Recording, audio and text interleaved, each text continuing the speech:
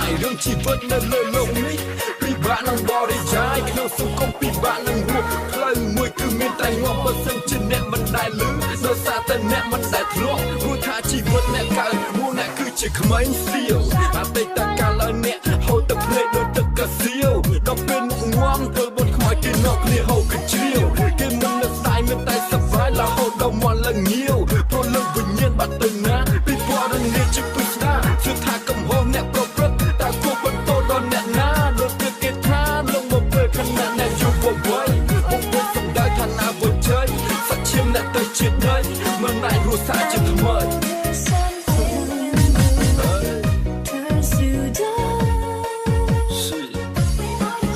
បាត់នៅណាកៅគេសាធ្វើគាត់បំពេញបំឡងដេកមកមើលឃើញទង្វើដែលធ្វើតែរួចកន្លងទុកទស្សននៃជីវិតដែលចាំឲ្យជើងទៅហែកឆ្លងដូចវិញ្ញាសាក្នុងមច្ឆា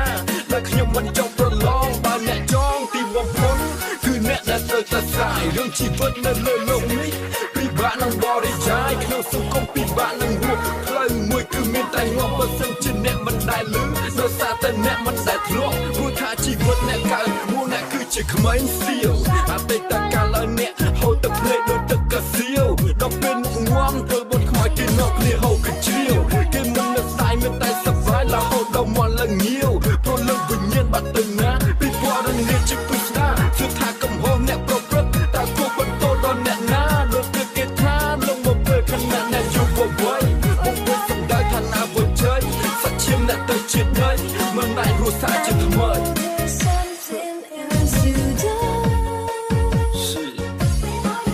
បាត់នៅណាកៅគេសាធ្វើគាត់បំពេញបំឡងដេកមកមើលឃើញទង្វើដែលធ្វើតែរួចកន្លងទុកទស្សននៃជីវិតដែលចាំឲ្យជើងទៅហែកឆ្លងដូចវិញ្ញាសាក្នុងមច្ឆា